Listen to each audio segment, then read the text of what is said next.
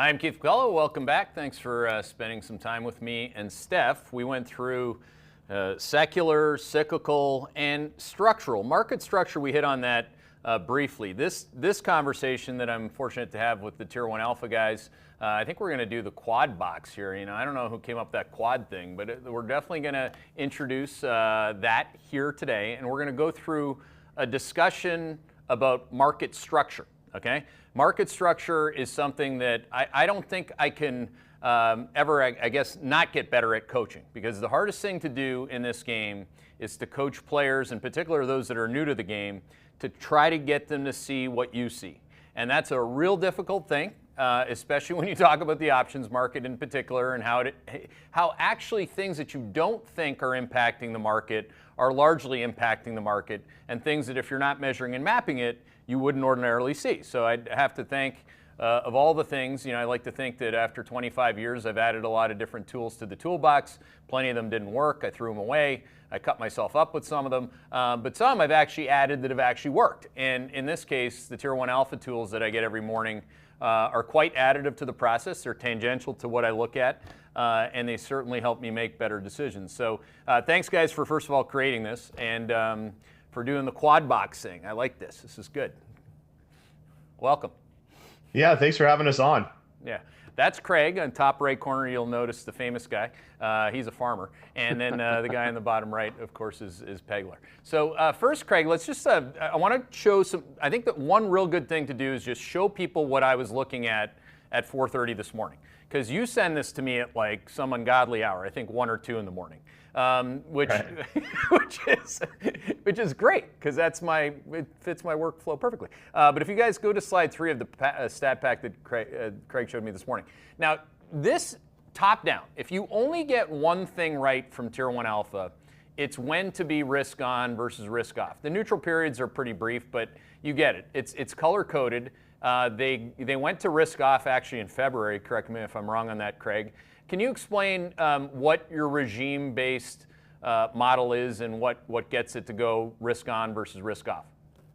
Sure, you know, this is a really good one to start with. So essentially, when we talk about market structure, we're talking about the machine-driven side of the market, and that's a really important distinction to have. You know, we're not talking about discretionary managers making trading decisions. What we're looking at is computer algorithms that are transacting largely based on risk, trend, and volatility. So, you know, anybody familiar with our project or really kind of market structure in general knows that there's a lot going on. You know, we cover multiple different mechanical strategies out there. We cover a lot of the options market. And ultimately, what we've done is take all of those models, take every corner of the market that we look at, and have built it into just one index for people to track. And that is our strategic allocation model here.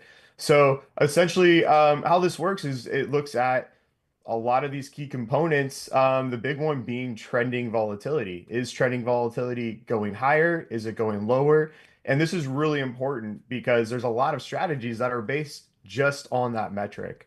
So, you know, I think vol targeting strategy, vol control funds, if anybody's ever heard us talk about those, are kind of the purest form of this. If volatility goes up, these strategies are forced to sell.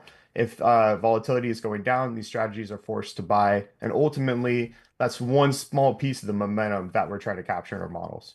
Yeah, let's go to slide 6, guys, just to hit on the gamma that drives that. So in the top left corner, you know, these guys publish every day. In the top left, you can see it says GEX flip, 58 something. I don't have my glasses, don't see that far, but I can tell you that this morning, because I write it down every morning myself, that the number is 5382 or 5882 rather. That might, yeah, it actually is the number. But you know, can you explain to me, the most basic reality that when gamma's negative, markets that are going down can go down a lot faster, and when they bounce like they did this morning, they could bounce higher a lot faster? Yeah, so gamma exposure is all about market making activities within the options market. And we can dig into the details here, but ultimately, if you're going to look at this model and you want to understand how to use it or what it means for the market, when we are in negative gamma, we tend to see volatility increase, right? These are very unstable market conditions because on the market making side of this, an option dealer has to buy and sell futures in the same direction as the underlying momentum. And a key point of this is very non-discretionary buying, right? They aren't giving an opinion by these directional buys. It's purely just trying to stay delta neutral, which basically means avoid as much directional exposure as they can. And on the flip side of this, when dealers are in positive gamma, and most of the time they are in positive gamma, by the way. I mean, we're in a very unstable high vol regime at the moment. But when dealers are in positive gamma, that's very volatility dampening, right? We see realized volatility start to fall under these conditions because on market maker, again, to avoid that directional exposure, has to buy and sell in the opposite direction of the market. So as the market falls, a market maker is going to have to buy futures, and as it rises, they have to sell futures. And ultimately, this creates somewhat of a buffer around the spot price and drives volatility lower. So on that, and I think Mike was going to add something to the prior point, but often people, macro tourists. What's a macro tourist? It's somebody who's reacting to what just happened today or what's happening tomorrow, and that's their only focus. Just like a tourist, they're taking pictures of that. But there's always a setup to this. I mean, Mike, if you go, as you know very well, because it's your data, gamma was well negative before the tariff plan announcement on April it was, I don't even know how many days it was, we're in a negative gamma situation, but it would have to have been, since you've been on risk off in terms of the regime model and when it flipped. Yeah, so I mean, the gamma flip is very specifically created by where options have been purchased or sold. And so when the market consolidates in the manner that it did for that brief period, kind of from December through February, yes, it went higher, but it was largely up and down. That creates a lot of supply effectively that is occurring in the option space up there. That gives a huge amount of capital for the dealers to work with, et cetera. When the price moves, as it has, it's basically taken that pile of options and now given them significantly more delta. And that means that the dealers are now, as Craig was highlighting, being forced to go into the futures market and hedge on these activities. The other characteristic that really changed markedly, and Craig and I talk about this all the time, is the introduction of zero data expiry options. We think about those as retail products. What they really are super effective hedging tools for the dealer community themselves. And so it allows them to basically stay on exchange at the CBOE. That gives them lower trading costs. It gives them easier execution.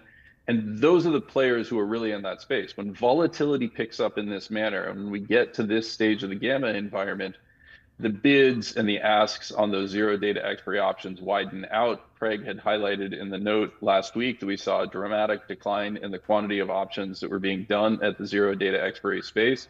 That feels counterintuitive because volatility has exploded and people should be using options in one way, shape, or form, or you would expect that.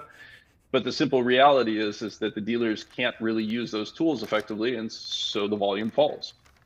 Yeah, that's, guys, on slide 12 of the same slide deck, you can see 0 days to expiration, completely collapsed in trading, actually. I mean, that, after being in this, to Mike's point, I mean, this is, I don't think you'd call this a cyclical trend, right, Mike? You'd call this a secular and market structure trend that clearly isn't going away. I mean, the blue bars are showing you the trending volume, whereas the one that just points downward dog there was like was that a 1 day? I think that was a 1 day thing. Yeah, that was yesterday. Yeah, yesterday, yeah. Exactly. Yeah. So what do you think about? I mean, on the same token, I mean, cash equities had their biggest back-to-back volume days ever. U.S. equities being. Yeah, and again, remember that a portion of that volume that's happening in the cash equities is being derived from the options market. It's the dealer hedging out their exposure as well. So there is a link between the two. I agree that it is a structural phenomenon. I actually just described zero data expiry as the single most successful financial product launch in recent history. And so it has filled a niche within the market. It has met a need for increased hedging. And retail candidly loves it, right? There's a lot of interest in turning the casino into even more casino-er. And so this was a perfect product for the time, but it met a genuine need. And you'll remember back in 2022, you had everybody screaming that 0 day to expiry options were going to be the end of the world.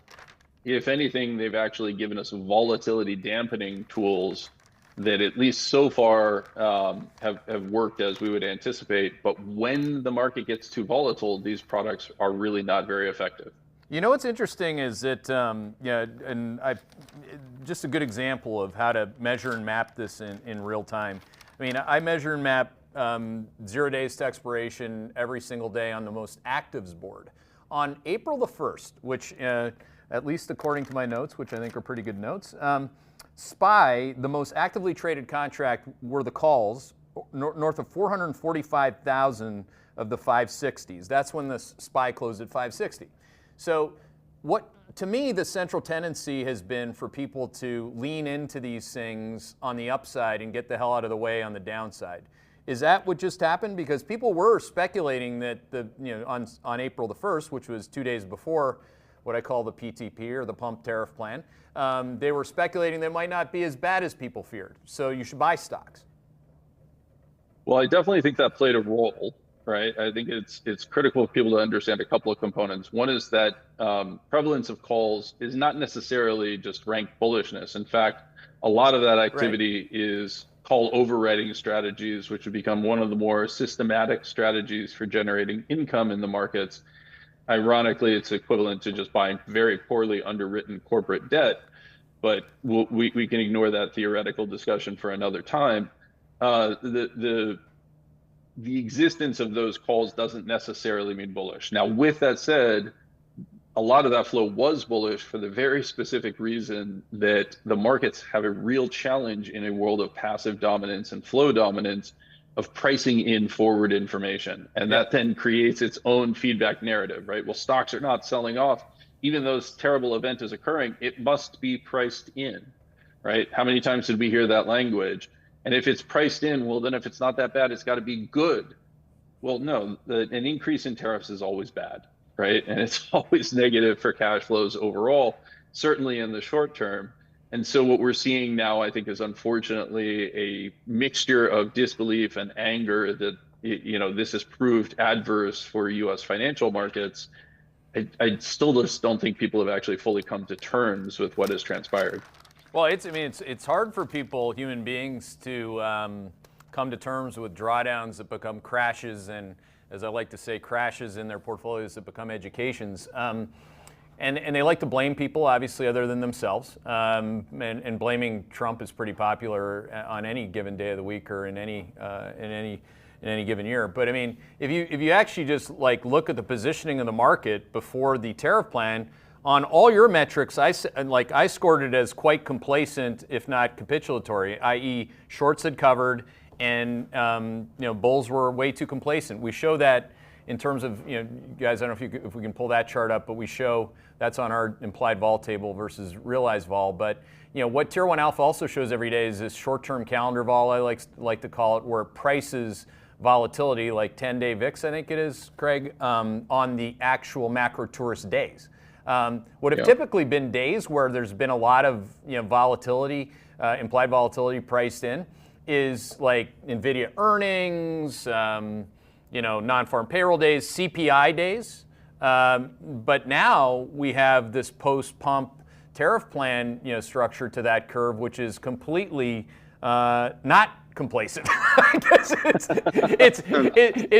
it's an absolute panic attack. There you go. So I think as a practitioner, it's pretty hard to, if all you do is cash equities, which I don't know why you would, not looking at what we've talked about so far, how much the flows impact the actual cash equity market, why you wouldn't know where that number is. But coming into yesterday's not Black Monday, Jim Cramer, was really that number, 78. That's the highest number, Craig, that we've seen since 2020. Can you talk about that and how it sets up for today's move back to the upside? Because we ended up having, and we can also show slide 10 in your deck, which shows where was an 8.5% intraday move in the S&P 500 in historical context. That was way out there. So people, they went from complacency on Tier 1 Alpha data, as we defined it, to absolute panic. That's exactly right. And with our vol curve, that calendar curve that you were showing, that's only been possible since the onset of zero DTE. And by that I mean the Tuesday and Thursday expirations that were launched in 2022. So we actually didn't have this much information value during the Right. 2020 decline. And just to orient everybody, this is usually in the mid-teens. If markets get stressed, we might push into the mid-20s. To see it at this level is just absolutely insane. Yeah, I mean, Well, you would what you would punch, and generally speaking, this is the way. And we walk people through this. David, you see it. We do it every morning on the macro show. We highlight, okay, where are these things? No matter how bullish or bearish you are, Tier 1 alpha data gives me an explicit positioning of the market. It's not like how it looks like people are positioned, how people feel, how people talk. It's what is the price of the put. Like that to me is one of the more glaringly obvious things that when I go to even our institutional clients that aren't totally immersed with this yet, like why would you not be paying attention to this? And they have opinions on the dates on the calendar, by the way, David. Yeah, and one of the, just going back to April 2nd for a minute, Keith, is our model was, we were predicting quite a lot of positive flow that was going to come back to the market on that day. But a lot of those are tremendously path dependent. So our systematic index, for those folks that haven't seen it before, it basically aggregates vol control funds, risk parity, and CTAs. And what we were seeing was, okay, well, we had OPEX, we had a little bit of volatility event, and then we thought that a lot of these derivative call overriding strategies would be hedging more at local strikes. It would bring down volatility. We'd see flow come back to the market unless we got more volatility into the 1 month realized vol average, in which case that flow was not going to come back. Yeah. And that's exactly what happened. So that's something that we like to watch, is obviously the starting points of these strategies that are reflexive to volatility, but then also when they're going to transact, because that translates to trending moves in the underlying, namely stocks. So something that we were watching and continue to watch. So at the moment we oversold, but the framework for them coming back meaningfully is not there yet. Yeah, all of this sort of volatility plays through for us, is when are these strategies going to be reflexive to it, and then pushing that out in terms of strategizing around it. Yeah, the systematic positioning index, guys, is on slide 13 or slide 18 of the same deck. This is one I want to talk about, guys, which because here's a good example. You could have, you didn't have to get bearish when Tier 1 alpha went to risk off, or when I did in February, to have had selling of the recent bounce correct, right? Now, a lot of people screwed that up. That was the whole setup, and why people were so complacently positioned ahead of pump tariff day, was that they screwed it up again. Now, this chart, Goldman Sachs Prime Brokerage or somebody like that would send around positioning charts like this and saying we're washed up, which by any mean reversion definition, you guys correct me if I'm wrong, that would be an accurate statement. Now, what I said was okay, that's X quad 4s. So if I overlay my process with that, we called quad 4 in Q4 of 2018. You can see how that thing collapsed and stayed down. We called quad 4 in 2020. It collapsed to the lowest level ever seen and V-bottomed, but it took at least a couple of weeks. And then in 2022, when we called quad 4 for 3 consecutive quarters, it went down, stayed down, bounced, couldn't get up off his ass until we got back into what I call quad 2. So to me, that picture said, yeah, I hear you, oversold, but now that we've bounced off the lows and we have an explicitly negative catalyst, where you'd have to have had, to Mike's point, a fundamental view on what the tariff plan was going to be, which ours was negative, that's like, there's no reason why that has to go up, correct? Yeah, and you've got to remember too that upside volatility is still volatility. Yeah. So, because we bounced 2,000 NASDAQ points in a day and a half doesn't mean that it's bullish. Right. That upside volatility is still in the model. Yeah. And so these funds cannot come back because the volatility went up even on an up day.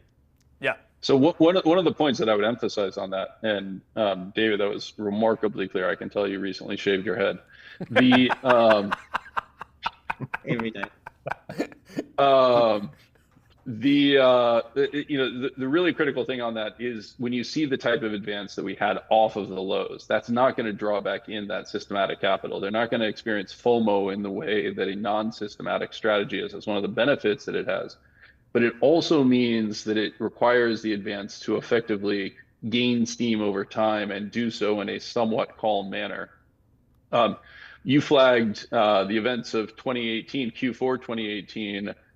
I just want to draw people's attention, if we could pull that chart back up. If you look at what happened on Volmageddon in 2018, part of the reason that was such an interesting event was it basically came out of nowhere, and it took positions from a massively overweight position straight down. They slowly built back up before that sale into the fourth quarter, right? If you look at what happened around COVID, this is similar, nearly fully invested, sudden drawdown. This time around, part of what's so interesting is that the damage actually happened on August 5th of last year. And so this is one of the things that we've highlighted at Tier 1 repeatedly, is the importance of understanding that when events like August 5th happen, they've actually taken risk capital out of the market. That in turn actually starts to set the stage for its own devolution. And now that it is washed out, it's likely going to take some time before these build back in. We'll need a period of lower volatility. And candidly, that's going to be difficult with Trump, with tariffs and basically key man risk all over the horizon. Right. I mean, that's super important to overlay. Again, Quad 4 in Q4 of 18 was a thing, right? I know that nobody else had that fundamental call because the quads are ours, but it was a thing. Now, if you take that point, Mike, and another thing that it was that it was an episodic and non-trending deceleration in the economy. It was a quarterly decel off the cycle peak. And then Powell had to pivot. Remember, poopy in the Powell pants. Powell was a rookie. He had to cut rates, post the Christmas crash, and on to the next play. But on one slide that Craig sent me this morning, slide 22, same slide pack, you can see that there were 2 red dots on this chart, okay, in 2018. I think there are 2. I mean, they're very few, let's just say that. There are fewer than 2020 and certainly a lot fewer than 2022 when you're in a full-blown parts of the economy, industrial production growth in particular was in a rolling recession, earnings were in a recession, et cetera. That's really the question, right? I mean, from here fundamentally, when you weaponize yourself with what just happened, is it 1 dot? Well, I'd say probably not. Unless it's 2018, it might be like a couple more than 1 dot. But I mean, that's really an interesting way to juxtapose like where we're at too. Because if you have a protracted problems with tariffs, Mike, and you don't have any re-acceleration in the economy, well, you don't get out of Quad 4. And what keeps you in Quad 4 is what keeps you on those red dots. Yeah, I mean, I didn't want to get too much into the macro discussion here, but the really simple framework that I think people have to understand is this is effectively a repeat of the COVID shock. We've radically changed the terms of trade. We've radically changed the dynamics of sending money abroad. We don't know who is actually involved, who is not involved in tariffs. And so the incentive, just like we didn't know who was contagious, who was not contagious. And so the incentive is really straightforward. You just don't do anything. At the very front end of that recipient is actually China, right? Because they're no longer receiving orders for business. Ironically, everyone is running around like a chicken with their head cut off, worrying about the rate environment in the United States. I actually think what's happening is probably that China is experiencing cash shortages. That's causing them to dip into the classic dollar shortages. That's causing them to dig into the classic EM framework of let's sell off our reserves, which is pressuring the fixed income market, right? Their liquid assets in order to prop up their currency.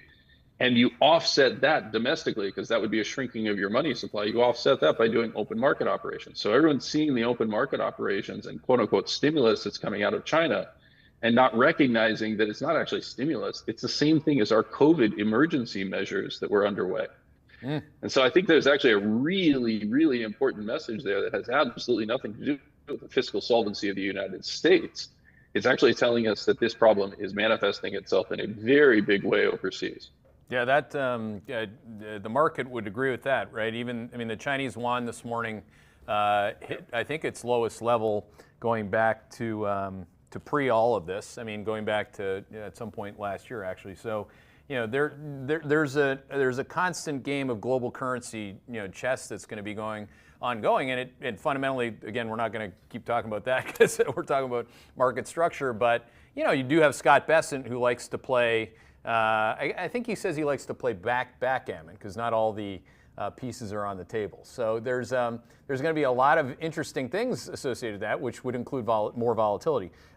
Craig, back to the stat pack on what we're just focusing on there. If you go to slide 8, and it's somewhat of the same chart, but it's a different chart because we're showing dealer gamma exposure by regime. Okay. Now, again, I'd focus people's. Again, if you don't know what this data means, but you do see the color coding of it all, what you do have is one of these piked dots, right? And any other time we've had one of those things, it doesn't immediately go away. Can you expand on that, Craig? Yeah, that's exactly right. And I want to talk about how this all kind of works together, because we talk about the options market, we talk about the systematic strategies, but what's the link? And I kind of touched on this earlier on. But ultimately, we like to look at the options market as a throttle for volatility, right? It's either going to make volatility go higher or lower due to a lot of the market making mechanics that are taking place. And then we like to look at the systematic strategies that David was talking about that we were covering as the toggle for risk exposure. So we have this system where if volatility goes up, markets tend to sell. And I think that's what drives a lot of the momentum, because the thing to remember about gamma exposure and really just volatility in general is volatility is bidirectional, right? There's big up moves, there's big down moves, which we can always tie back to dealer positioning. Are dealers buying into strength, making volatility go higher to the upside? Are dealers selling as the market goes lower, driving that downside vol? So that's where you get a lot of these large moves. But ultimately, the reason why that trending volatility matters is because of the effects it has on all of the systematic indexes, right? So again, and this all plays into basically the big picture that we like to look at. And one thing that I think Tier1 Alpha does very well that not a lot of other people focus on is it's not the short-term implications of dealers are short gamma, so volatility today is going to be this big thing. While it's broadly true, we like to focus on the longer-term implications, and the way that we like to express all of these market mechanics and market structure in general is broadly through weeks to months via portfolio allocation, tactical allocation, rather than trying to day trade this stuff or anything else. And again, I think that's one thing that we do very differently from a lot of people who track these flows. Yeah, I mean, that's the thing about flows. Mike Green will know this better than most. I mean, if not everyone. The people on the old wall, that sell things, like they broker you the commissions, investment banking fees, et cetera, they just write about things. They don't actually give you a practical thing to do with that thing, right? So I think that's at least one of the more illuminating points about weaponizing Hedgeye with Tier1 Alpha is that I'm going to tell you, I may not be right on what I'm telling you it's telling me to do, but I know why I'm doing it, and I know why I'm using it. And that's a real important thing. I teach people, I mean, even in institutional meetings, guys, I mean, I still, almost every other meeting, I was just in Dallas, Texas, for example, and the guy who ran the place is like, can you walk me through that throttle to toggle thing that you guys keep talking about? I'm like, the Tier1 Alpha throttle to toggle? And he's like, yeah, can you just like explain it to me like I'm a 6-year-old? And I'm like, okay, I sometimes behave like a 5-year-old, so let's do this. And so I actually had these slides. I put these slides in my main macro deck. Guys, if you go to slide 19, 20, and 21, I use these 3 slides to walk people through it. So again, this is recapping what part of the first 30 minutes of the discussion. What did Craig just say? This is the first chart that I show people. I say you have to know where gamma is. You have to be macro aware, or you are the uninformed volume. And most people who run the place don't want to be that guy or that gal. So see where it says in the top left corner, the throttle? Read it, okay? So that's just going to explain to you with words on the table that says exactly what Craig just said. Then there's the toggle, the next slide on slide 20, okay? So again, the toggle, while Craig said we're not trying to day trade it, I am. I use specific throttle to toggle signals to I wouldn't say day trade. I would never do such a thing, right? I mean, I'm not a day trader. I'm a sophisticated investor. No, no, you do have to put in a trade to risk manage your book. And the whole point is that, when you use super short-term indicators like this as your actual toggle, that's entirely doable. And then finally, the last chart that I show them, guys, and maybe one to expand on, Craig, because we haven't talked about this yet. Volatility control funds in particular, that it's actually an epiphany for some people to believe that stocks can go up and down based on where, you guys have explained, maybe just explain what volatility scaling is, and that they actually just use a rule that has nothing to do with where they think Google's earnings are going to be. Yeah, and I just want to clarify. I'm not saying like you can't day trade this stuff or there's not any information value there. I keep saying the word day trade, but just short-term trading in general. The point I'm trying to make is I think what a lot of people do miss is the longer-term implications of all of this stuff. If you're specifically looking at the gamma, yeah, there's a lot of short-term information, but this is a great segue into vol control funds and kind of systematics in general. These things tend to react quickly to the downside, but they could take a long time to come back into the market. So with vol control funds, and there's a couple of different ways to do this, but the one strategy that we like to focus on is called volatility scaling. So basically, a vol control fund is going to have a portfolio. They're going to target a specific level of volatility in that portfolio, and to maintain that, they're going to tactically rebalance. Whether that's through equities and cash, whether that's through equities and some fixed income, or it's really a broad, there's a lot of ways to do it. But ultimately, how this works is they'll use 2 trailing samples of realized volatility, right? This is historical volatility as what actually happened as compared to implied volatility, which is, of course, derived from the options market. So ultimately, they'll look at a 1-month and 3-month realized volatility, plot that out, and then figure out, okay, well, if the 3-month volatility is higher, I'm going to rebalance a little bit slower in my portfolio. And if the 1-month volatility is higher, we tend to see a lot quicker rebalancing. And, I'm talking about this like somebody sitting at a computer and looking at this and making these decisions. Again, these are computer algorithms. This is an algorithmic trading strategy. That's a very popular way to tactically rebalance your portfolio. And, in particular, when we talk about vol targeting, a lot of this is taking place in the insurance space, right? So these are big insurance funds with life insurance, fixed annuities, all those kind of things. And they have capital requirements that they have to meet. So in order to not have these massive drawdowns in positions just like this one that we're currently in, this is one way to very systematically manage that risk. Yeah, you can see it on slide 17 of the pack that I also had prepared for this.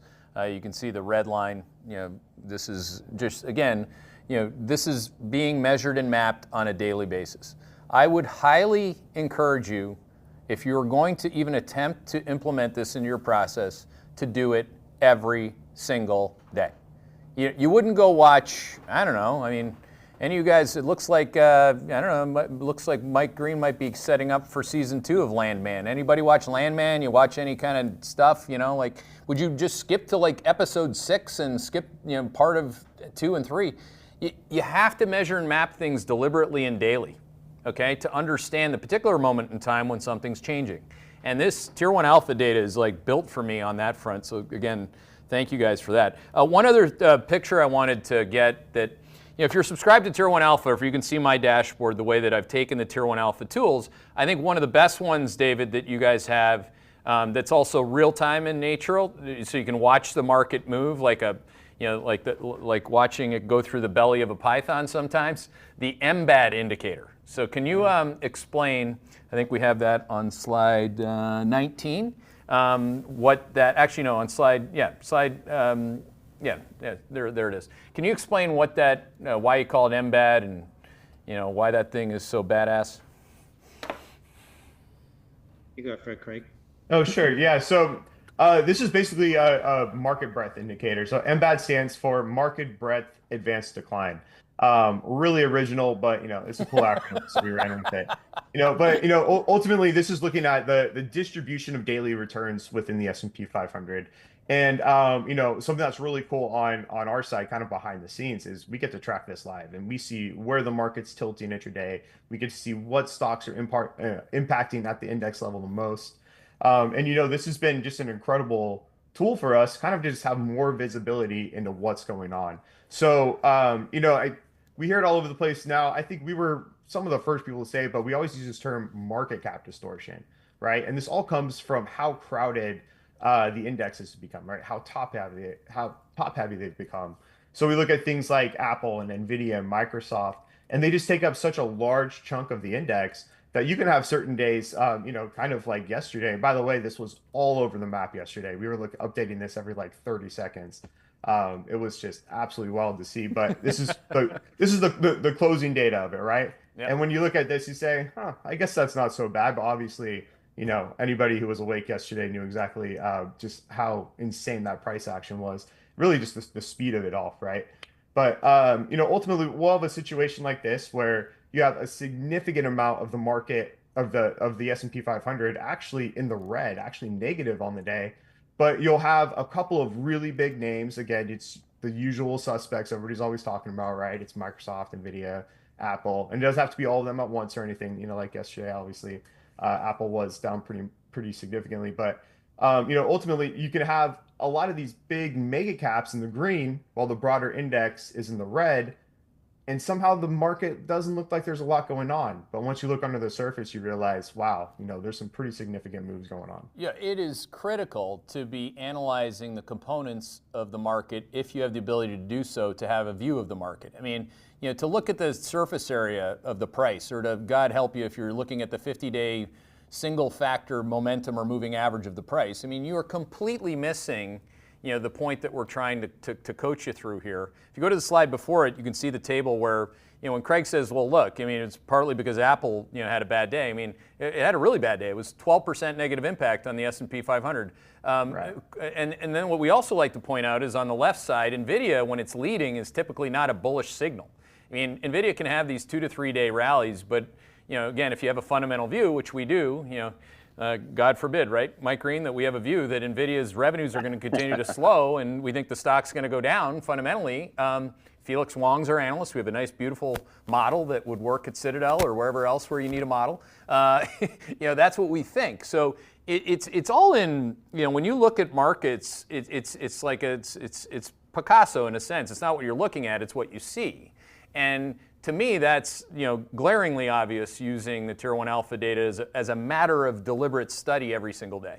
Now, on all that said, Mike Green, on this point that Craig he didn't just slip it in there, but when you talk about market concentration risk, factor exposures, of the Bag 7 in particular, this morning on the macro show I showed a chart from Dan Rasmussen at Verdad, who basically showed, okay, now everybody gets the impact table, right? 30% of the S&P is those Bag 7 stocks.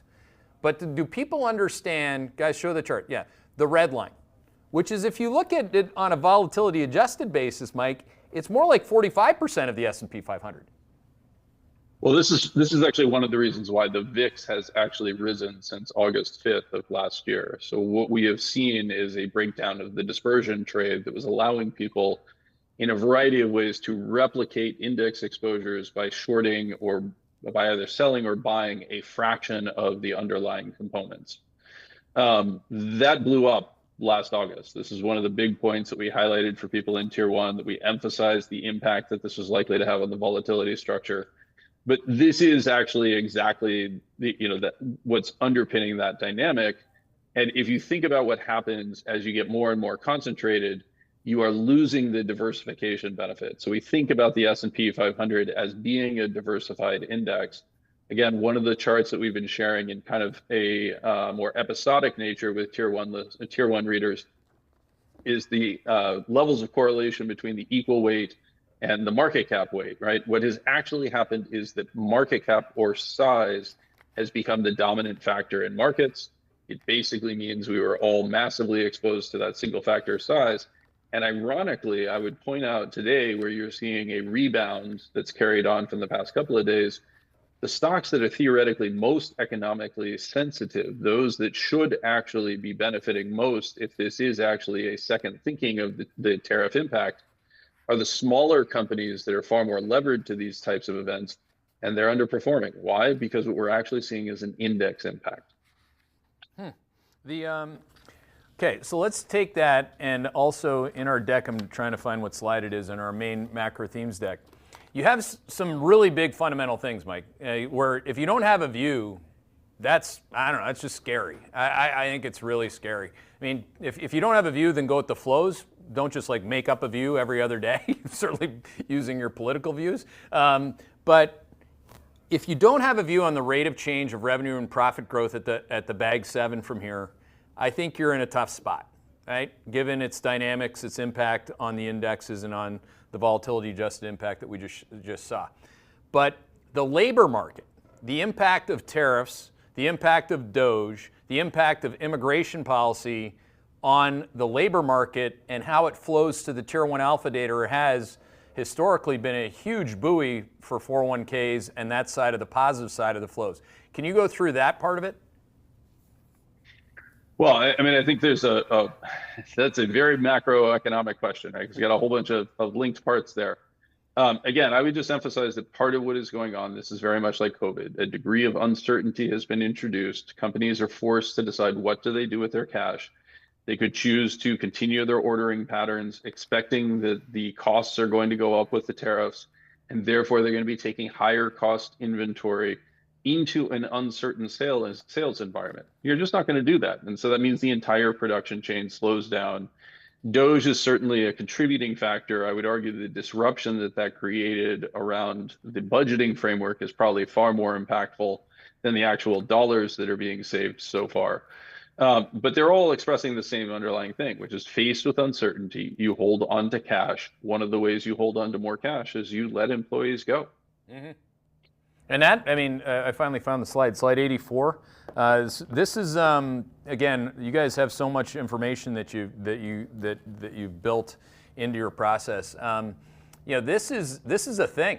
You know, flows don't always equate to fundamentals, but this has certainly been, even in a slowing economic environment, been additive because the government was levering up the deficit to incrementally add jobs.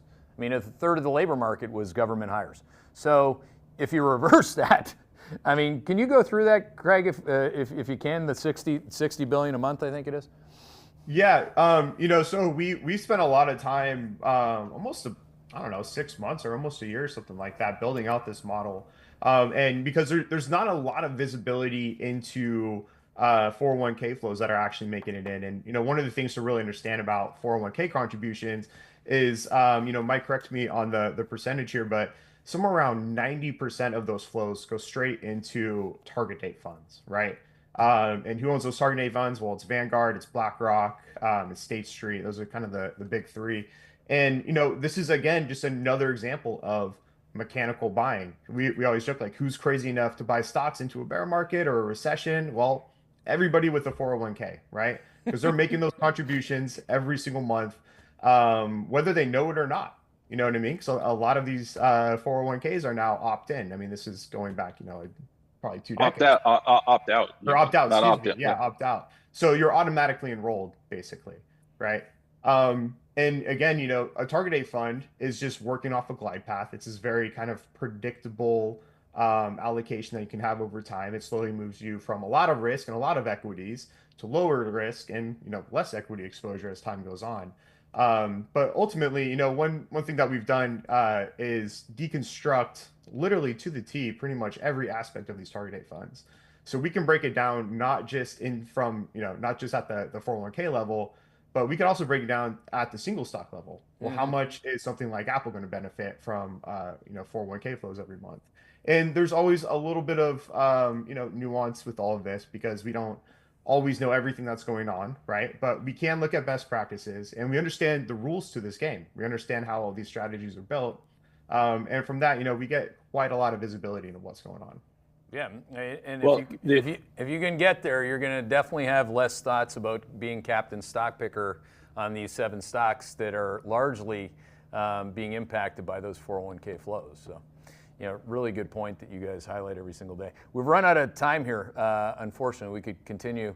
Well, it will continue. It continues tomorrow morning. I tend to highlight what these guys are highlighting on the macro show, in particular if I'm making a decision based on it. And again, integrating it into your process. The Tier 1 integration into my process is one of the, well, I'd say it's the best incremental thing that I've had, since the pandemic. So once again, guys, thanks a lot, and thanks for helping educate on a really important part of the market. Yeah, thanks for having us on. This is great. By the way, do we really have to go? Because I know it's Mike Taylor coming up next. And in all seriousness, Mike Taylor, really? Come on. Yeah. Don't. Oh, yeah. We got Mike Taylor coming next. Mike T up next. Him and the Professor Plum there. They're good buddies. Don't let him fool you on that. Come right back. We'll be here in about 15 minutes.